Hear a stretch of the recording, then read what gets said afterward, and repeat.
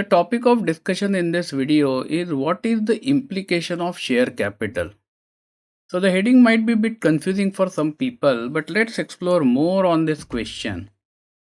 So when you say that you are promoting a company with, let's say, 50,000 Singapore dollars by way of share capital in that company, what does it exactly means? What obligations do you have as the promoter of that company towards that share capital?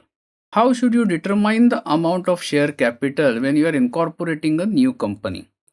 And the last point that we are going to touch is this amount of share capital going to be locked in the bank account of the company?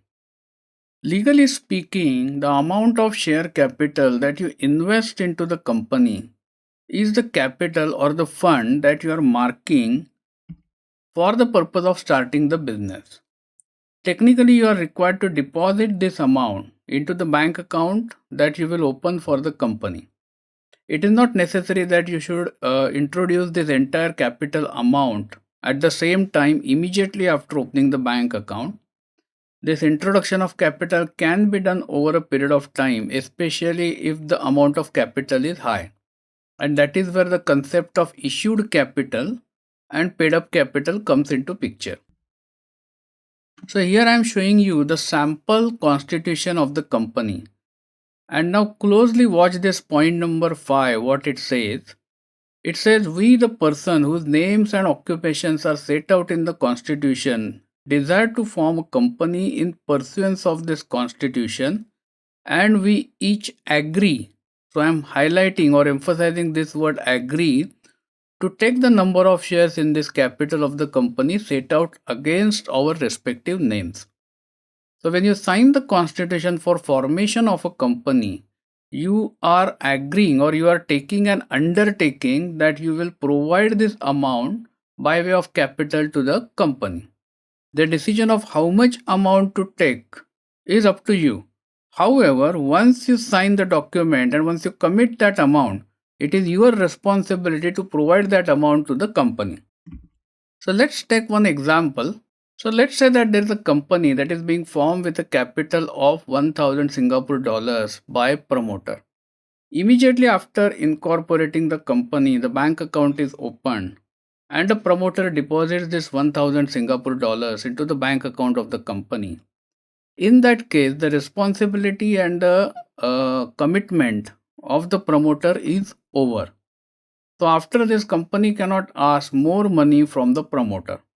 In case if this company operates for a few months and after that gets into any problem, like it incurs some debt or if there is any loan or if the business does not work out well and the expenses are more and there is a money that is due to the creditors, then they cannot go back to the promoter of the company and ask him to infuse more money or to fund the company for those expenses.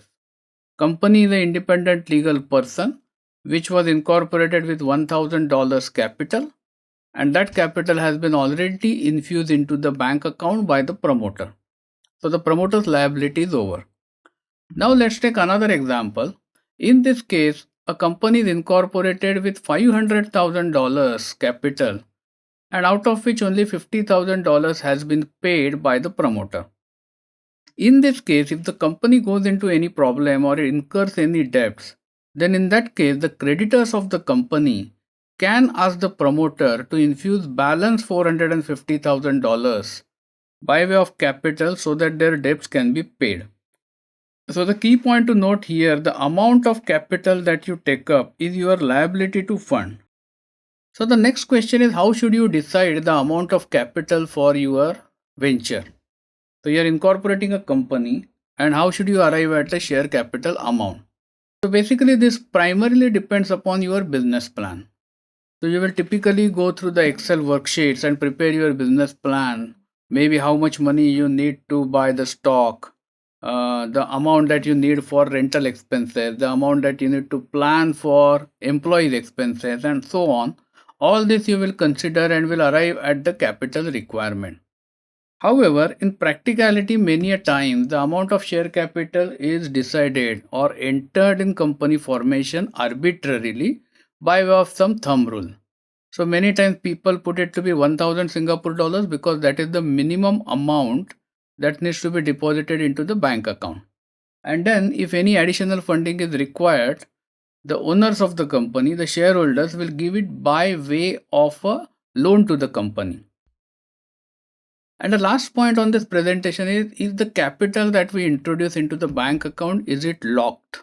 So the answer is the amount of share capital that you have introduced into the bank account is not locked. It can be used for company expenses, but keep it in mind you cannot use it for personal expenses.